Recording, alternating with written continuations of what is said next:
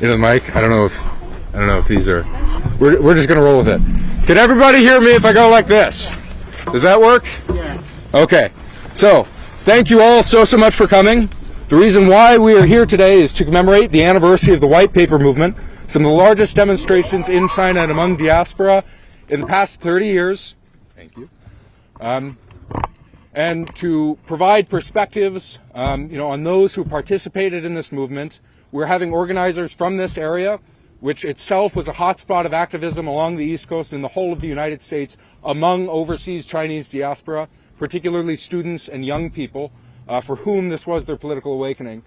And joining us additionally, we have perspectives ranging from college Democrats and college Republicans, as well as progressive student unions from across the area, and representing other groups nationally, including College Democrats of America and the CRNC. Beyond that, we have representatives of other communities that are impacted and repressed by the Chinese Communist Party, including representatives of the Tibetan, Uyghur, and Hong Konger communities.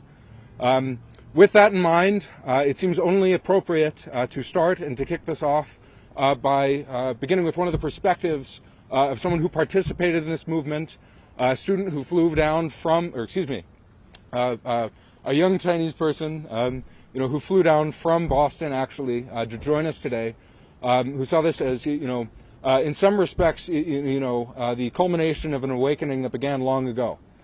So with that in mind, I would like to turn it over to Leslie, who would be providing some remarks on her experiences in the White Paper movement and some reflections on what it was, what led to it, and where we go from here. Thank you. Thank you so much. I'm sorry about the, thank you.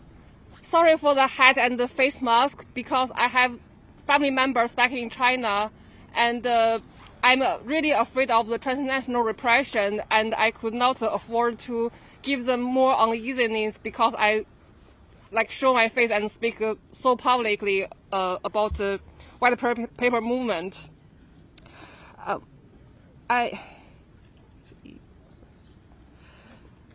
So it's my great honor to share how I grew up in China and how and my thoughts on White Paper movement.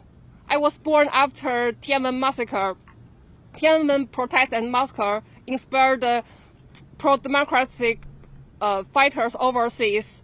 However, inside China, it's actually inspired the Chinese government to hold a tighter grip over young people and college students.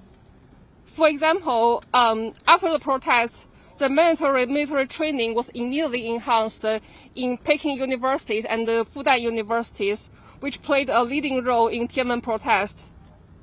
And over the years, the institutionalized military training was happening all over China.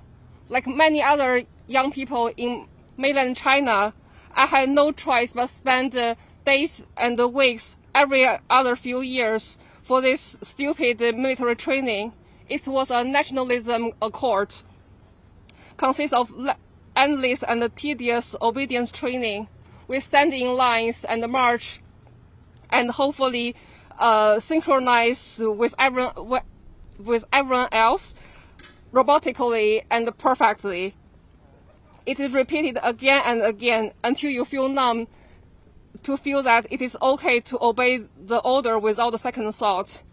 And like all the other accords, it have to have some human sacrifice.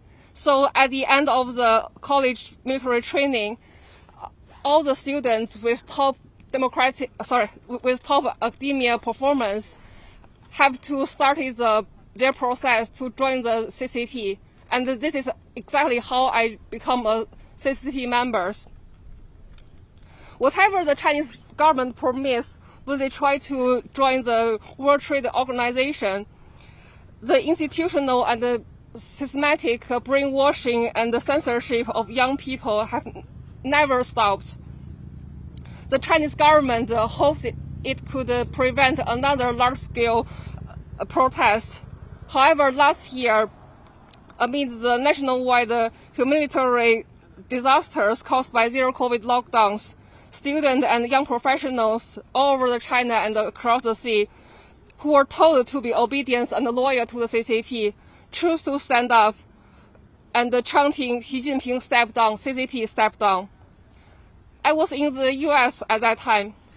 I pasted flyers supporting the movement and tried to raise awareness among my co-workers.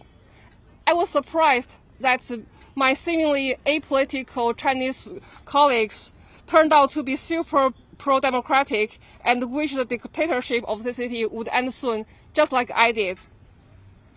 And like always, the CCP chose to track down and retaliate against the protesters when they believed the right world wasn't watching. Not only the protesters inside China were harassed and detained, the supporters of the movement overseas were targeted too. A few months ago, after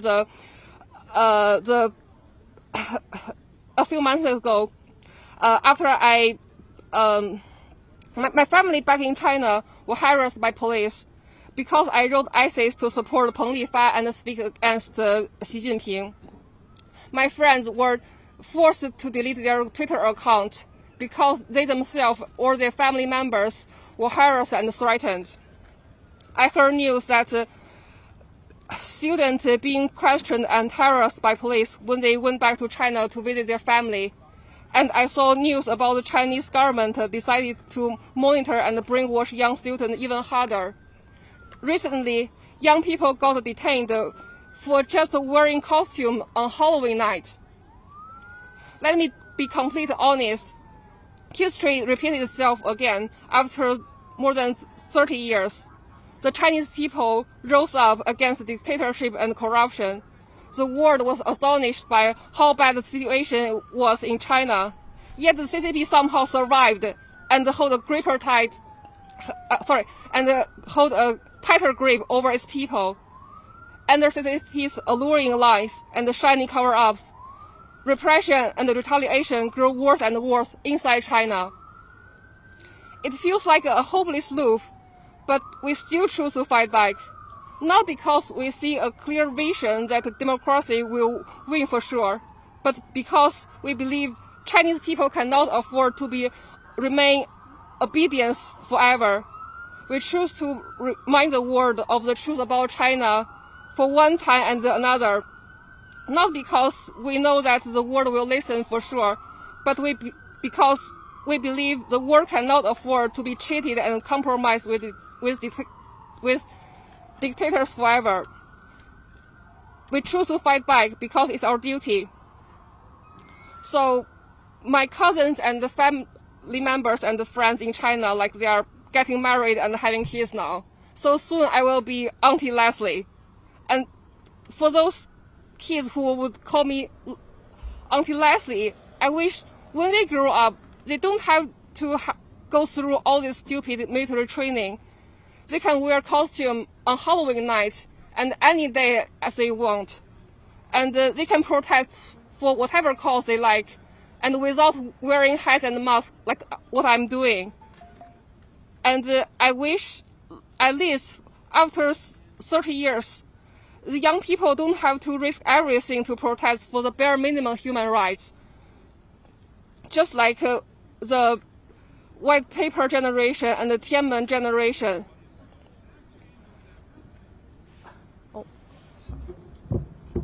So how likely will my wishes come true? Honestly, I don't know. But I would like to thank you all for coming here and share the same hope of breaking the loop of repression and the retaliation. As long as hope is here in our hearts, we are not losing it. We just haven't won yet. Thank you.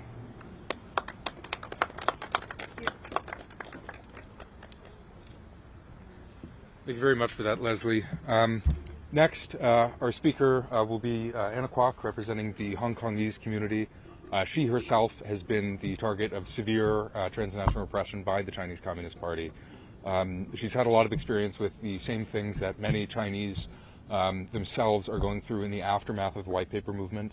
And she's providing some remarks of solidarity and some reflections, which address these sorts of things. So with that, Anna, thank you so much. Hi everyone, I'm Anna Kwok and I'm the Executive Director of the Hong Kong Democracy Council. Today, in front of the U.S. Capitol, we remember the one-year anniversary of the White Paper movement that shocked the entire world.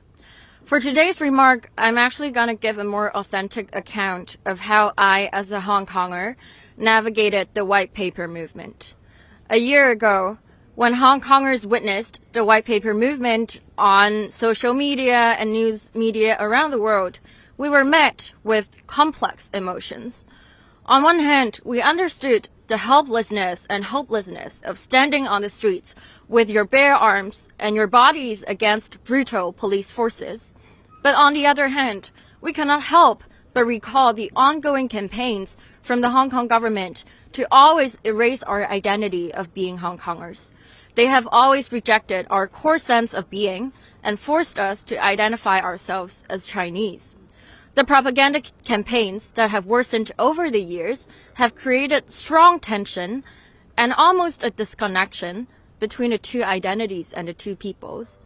Hong Kongers are automatically perceived as the traitors or CIA agents by a lot of Chinese population around the world, while the Chinese people are automatically perceived as pro-Beijing supporters during the height of the 2019 Hong Kong movement.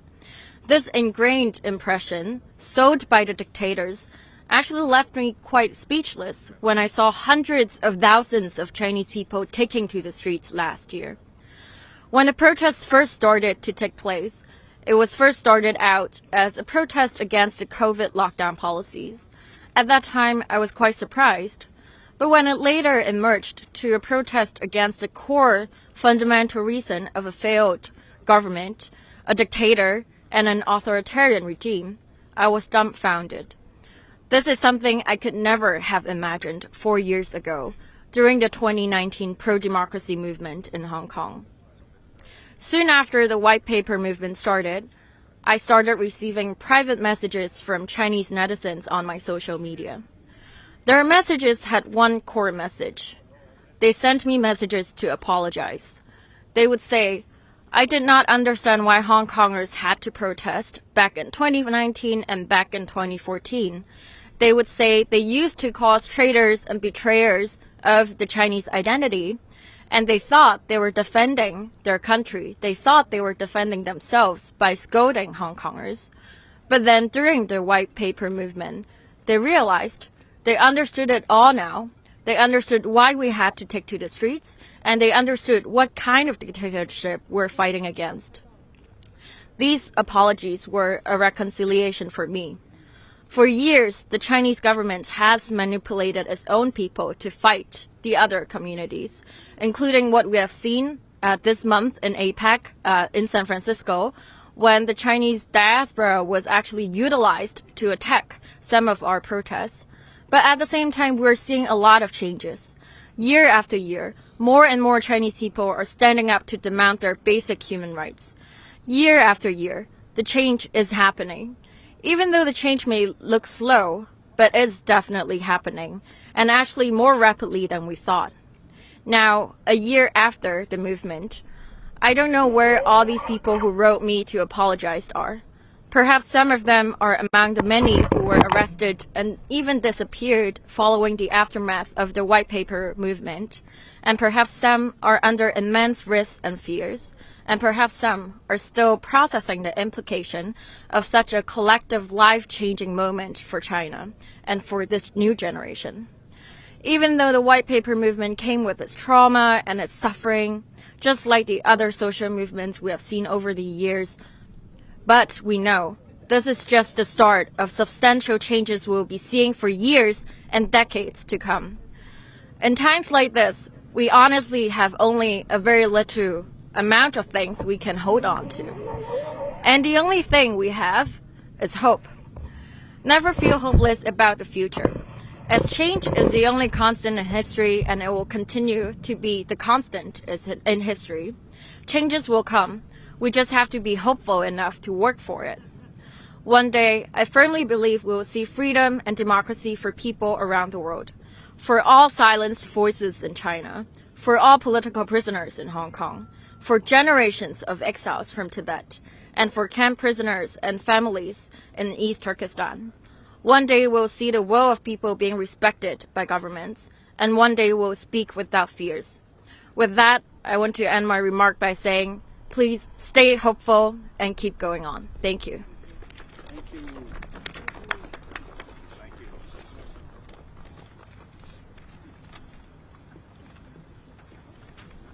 Thank you very much for that, Anna.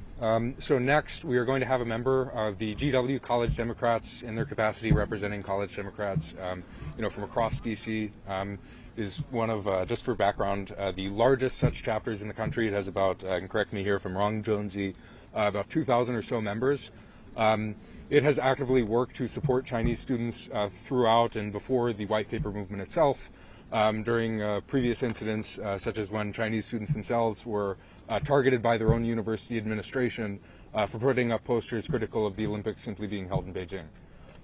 Jonesy is here in his capacity representing George Washington University College Dems in order to talk a bit about GWCD's experience in helping and working directly with Chinese students and the lack of protections for their rights here. So with that, I'll hand it over to Jonesy. Thank you. Certainly. Thank you. Hello. Good afternoon, everyone. I'm proud to stand in solidarity with each and everyone here, raising our voices against the strict zero-COVID policies enforced by the Chinese government. These policies stem from severe human rights violations, aiming to deprive citizens of liberties, freedoms, and impose tyranny under the false pretext of security. Also, GW is famous for having its first independent Chinese student union, which was notable for being the first club for Chinese students independent of the Chinese government and embassy in years. This gave Chinese students a place to safely talk about their feelings without fear of being oppressed or silenced. Going forward, these pieces of white paper that we use in our movement serve as a symbol of defiance to tyranny and our determination to ensure that we can all be free to express our own opinions and our own feelings. The George Washington University College Democrats joins all of you in advocating for justice and calling upon the international community to hold Chinese government officials accountable for these violations. We urge our representatives in Congress and leaders across the globe to address this issue and pressure the Chinese government to respect human rights while addressing public health concerns in the country. We refuse to accept the erosion of fundamental human rights that has been seen. We refuse to stand idly by while individuals are unjustly detained, information is censored, and voices are suppressed.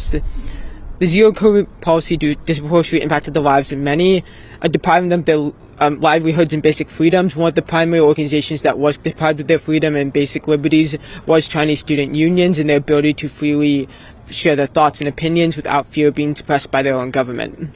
Our presence here today is a testimony to our commitment to defending human rights and demanding accountability from those who we elected to serve us. Serving at GW, I also serve on the Student Association's Finance Committee, and we've done ample work to fund money to Asian student associations so they can have group talks and discussions about their own backgrounds, their own histories, and what they can do to give money and support to those who are fleeing oppression and those who want to live a safe and peaceful life.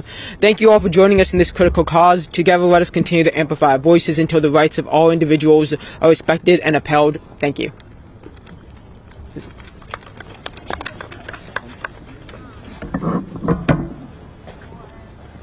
So with that, thank you very much, Jonesy, for representing the perspective of college Democrats and students in this area who have worked side by side with Chinese and others impacted.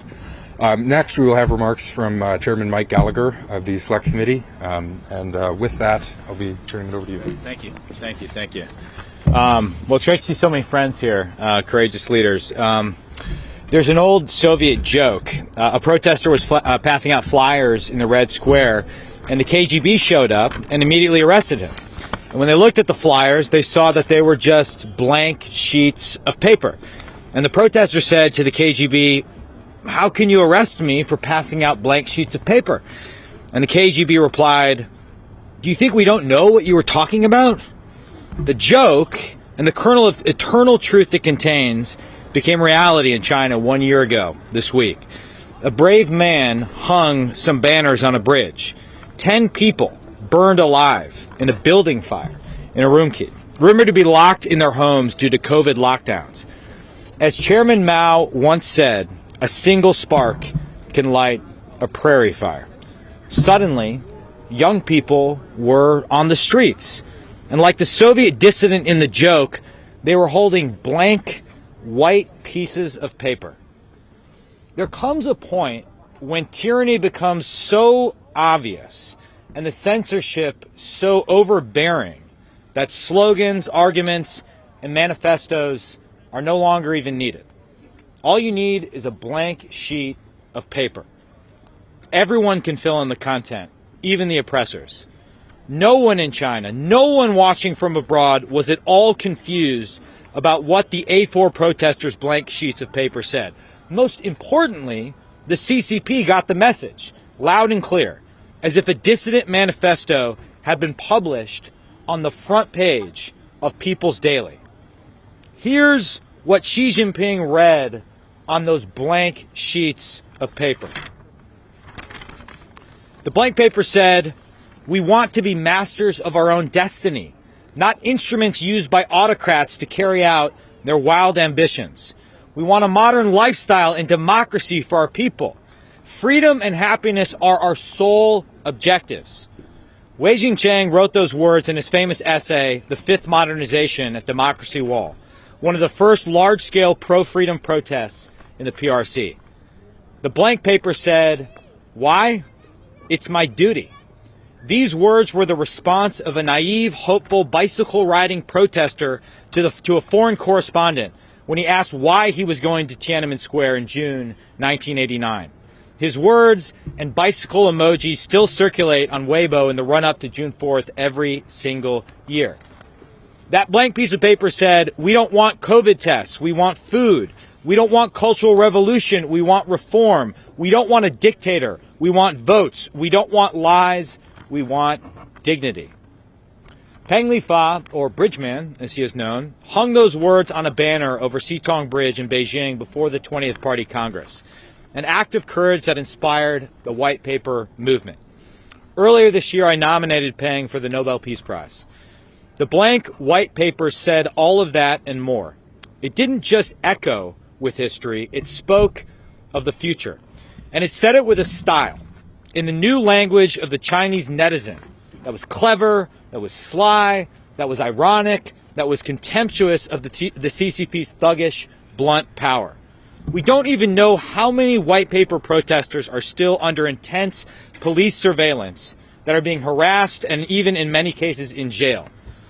But here are some names: Li Kongming, Wu Yaonan, Li Yi, Tai Young Lao Mo, Zhao Mukar, Da Qing, Della, Gu Sungju Ma, Kumir Waita, Xin Sheng, Li Chaoran, Qin Chao. And for those who criticize my pronunciation, I actually practiced that, so give me a little bit of grace on that. I just want to say that the CECC does great work tracking these cases and advocating for their release. And the work is absolutely essential, and I'm proud to get to know the great leaders in the organization. The Soviet dissident Alexander Solzhenitsyn said, "To stand up for truth is nothing. For truth, you must sit in jail." So it's easy for here as members of Congress, as Americans, to stand up for truth and think we are courageous, but we are not. The real brave ones are Peng Lifa and the white paper protesters who are sitting in jail for a simple truth. The truth was printed on their blank pieces of paper as surely as if they had big character posters, that Chinese people want and deserve freedom. That simple truth is what brings us here today. Chinese people, like all of us, want freedom. Chinese people, like all of us, deserve freedom. And as we say on the Select Committee on the CCP, freedom is the victor. Thank you very much. Appreciate it. Thank you. Oh, how are you? Good to see you, by the way. Thank you. So thank you for nominating Peng Lifa for Nobel Peace Prize. You know, this is what we made. Fantastic. A gift for you. Oh, wow. Yeah. Oh, great. Thank you so much. I'm glad. We'll proudly hang it in our committee office. Yes, please. This is fantastic. So get a picture.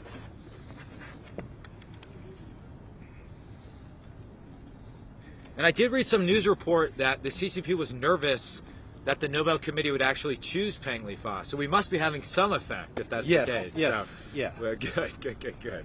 So, thank you. Yeah, that's a proof it's the right thing to do. Absolutely. So, great. Do you want to do questions, or someone else want to speak, or yeah, questions? Anybody? You want to go? Yeah. Go for it. All right, perfect. Thank you very much for that. So next, we will have a representative of the Uyghur community, Omar Kanat of the Uyghur Human Rights Project, speaking and offering the perspective of Uyghurs, some of those who are most affected, by the full brunt of the Chinese Communist Party. So with that, I'll be turning it over to Omar to provide some reflections on the white paper movement on its anniversary. Thank you. With that, thank you. Thank you. My name is Omar Kanat. I'm the Executive Director of the Uyghur Human Rights Project. Thank you so much to Chairman Gallagher, the Select Committee, and the Atenai Institute for organizing this event today. I'm honored to be alongside allies for coming together today to commemorate this important milestone in the march towards justice and accountability for the Chinese regime. Sparked by the human response to the horrific, wrongful deaths of Uyghurs in the Urumqi fire, we now see the continuing inhumanity of the Chinese Communist Party as it continues to punish those protesters who took a vocal stance against the injustice and brutalities of the COVID lockdown and the complete and utter disregard for human life.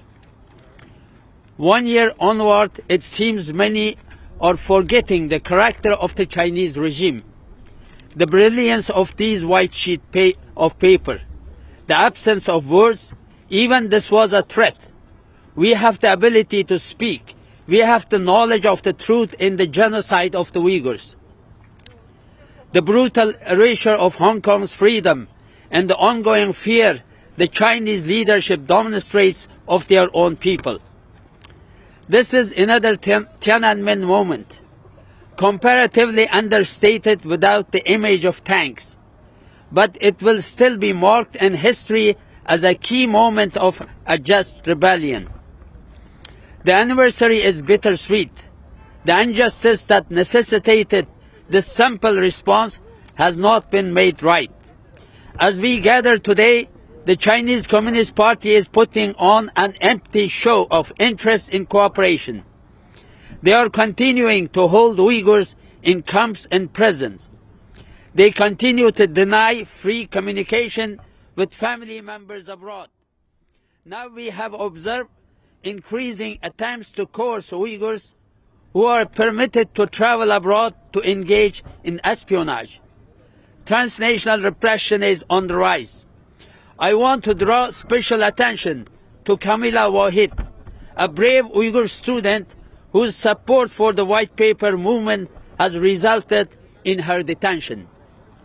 We stand in the shadow of brave individuals who for these simple actions are bearing the brunt of the CCP's wrath.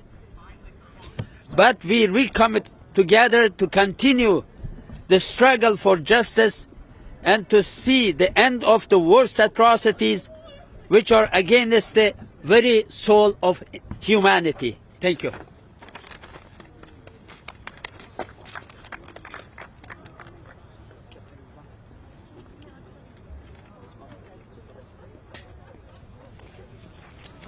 Thank you very much for that, Omar. So for our final remarks for today, before we turn it over to a poetry reading and then some final photos and that sort of thing, I would like to introduce Zhou Fengsuo, who is one of the leaders at Tiananmen, who has been a great leader within the democracy movement in China for the past 30-odd years now. So with that, I'd like to turn it over to you. Thank you all for coming today. I'm Zhou Fengsuo, Executive Director of Human Rights in China. We are proud to be a sponsor of today's event in conjunction with Uyghur Human Rights Project, Free Uyghur Now, and Ethnic Institute. I just came back from Paris and London because there are similar events there. And in fact, there are events in Tokyo, in Los Angeles, in San Francisco Bay Area, in Toronto, in New York City, in Boston, everywhere. Why? Because what happened a year ago. We are here because more than 10 Uyghur people were burned to death in their own homes because of CCP's senseless zero COVID policy. We are here because in Shanghai, the most prosperous city in the world, the middle class for the first time realized that they have no freedom, even though when they are hungry, they cannot cry out, they cannot be heard. That's why unknown number of people were starved to death in Shanghai. And guess what? The leader of Shanghai was promoted because he was so loyal in following Xi Jinping's order, this inhuman, strict order of zero COVID.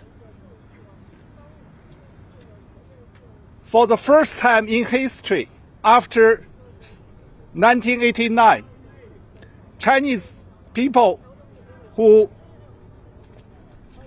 benefited from the economic development realized that their life, their property means nothing if there's no freedom.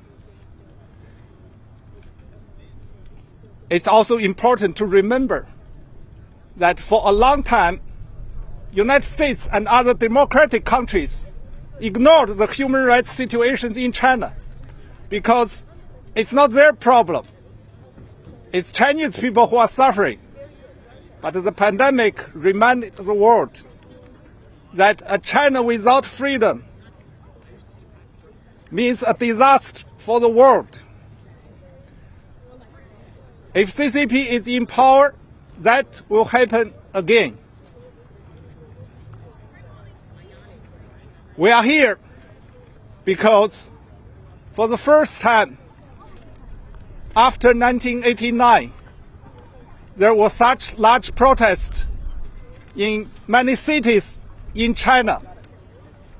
It was the first time that end CCP was shouted out, reverberated in China. As a survivor of Tiananmen massacre, I was in tears when I heard end CCP from the young people in New York City. I realized there's a hope for free China. And that's why we need to remember today. We are here because Camille Waiti is in prison. She was sentenced to 3 years in prison simply for posting a video about the protest. Largely because she is a Uyghur, she was sentenced to 3 years in prison. We are here because Wu Yanan, a professor at Nankai University, was sent to psychiatric hospital, and nobody has heard from her since then. Of course, we are here because of this great hero, Peng Lifa. He started this revolution on Sitong Bridge with smoke, with loudspeaker. Even under all the tight police control, the surveillance, he was able to spread out his message in Beijing when there were so many cars, so many people around for about 40 minutes. It is the first time in China's history that women take center stage in the protest.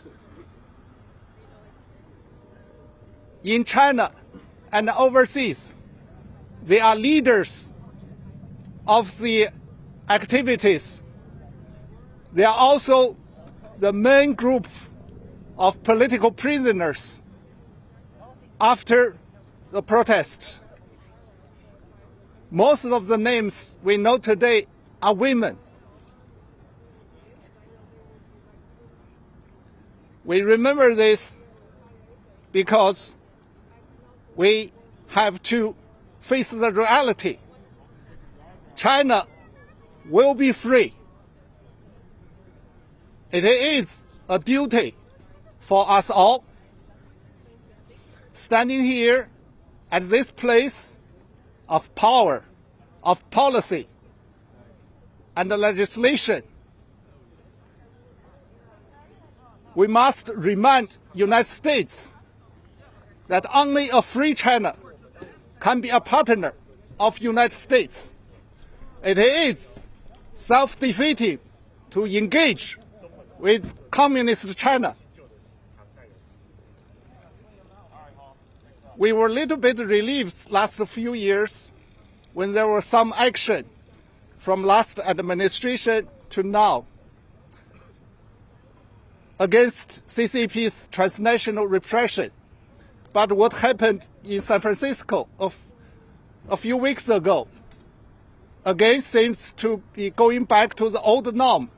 That is, United States is willing to appease Xi Jinping, the dictator, at the expense of human rights. Dozens of protesters of CCP were attacked, more than 10 blooded, more than 3 sent to hospital. Guess what?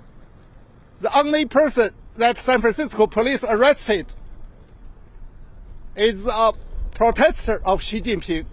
What kind of message United States government is sending by doing this? That's why we appreciate CECC and the Select Committee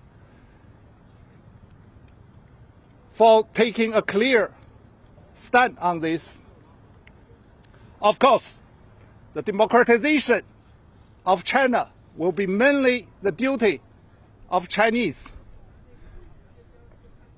And we have to act just like last year when so many people took to street and found their strength in solidarity, in speaking out.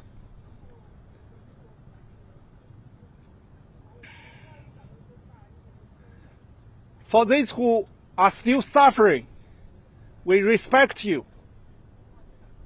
We remember you. Even for those who are disheartened, disillusioned, and want to stay away, we appreciate your contribution.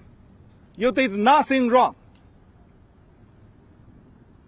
But it's an honor to stay on this narrow path. China will be free. Thank you.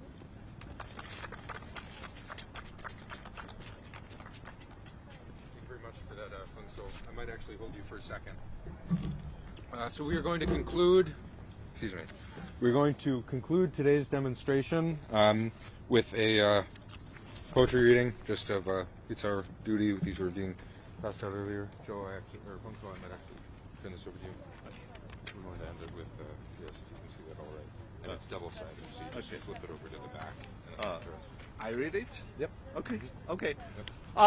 Yep. This was the most famous poem during last year's movement.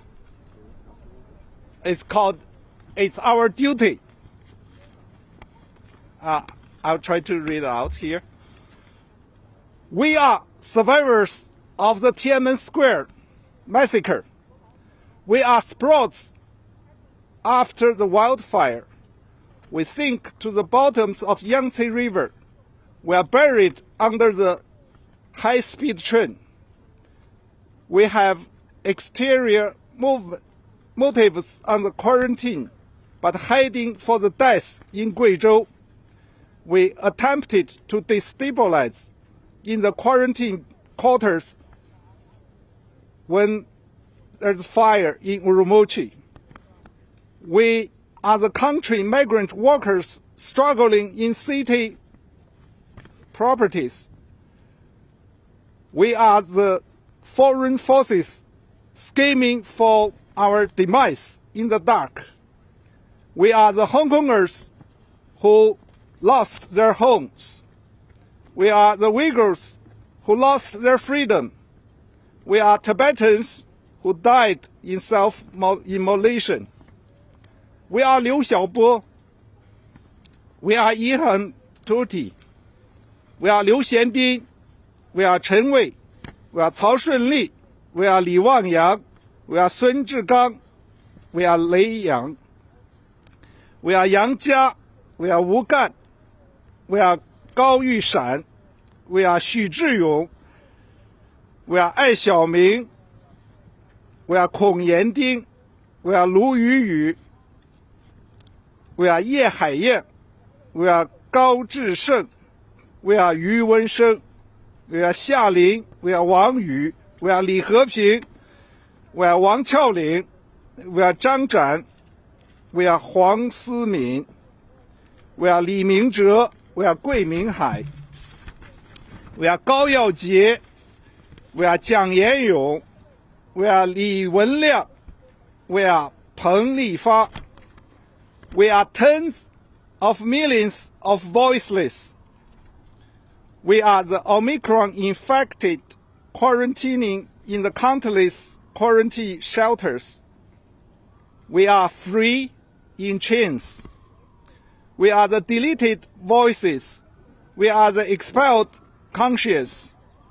We reply to this is our last generation to the threat that it will affect you 3 generations down the road if you do not cooperate with CCP.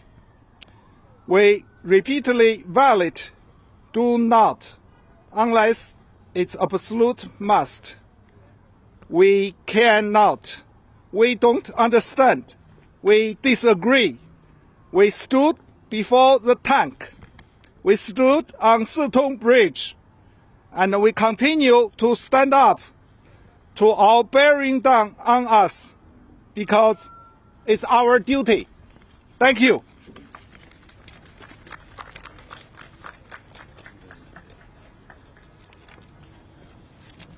So with that, we've concluded the demonstration. I would like to thank you all very much for coming, and many of us will be sticking around for questions and that sort of thing if you have any further inquiries.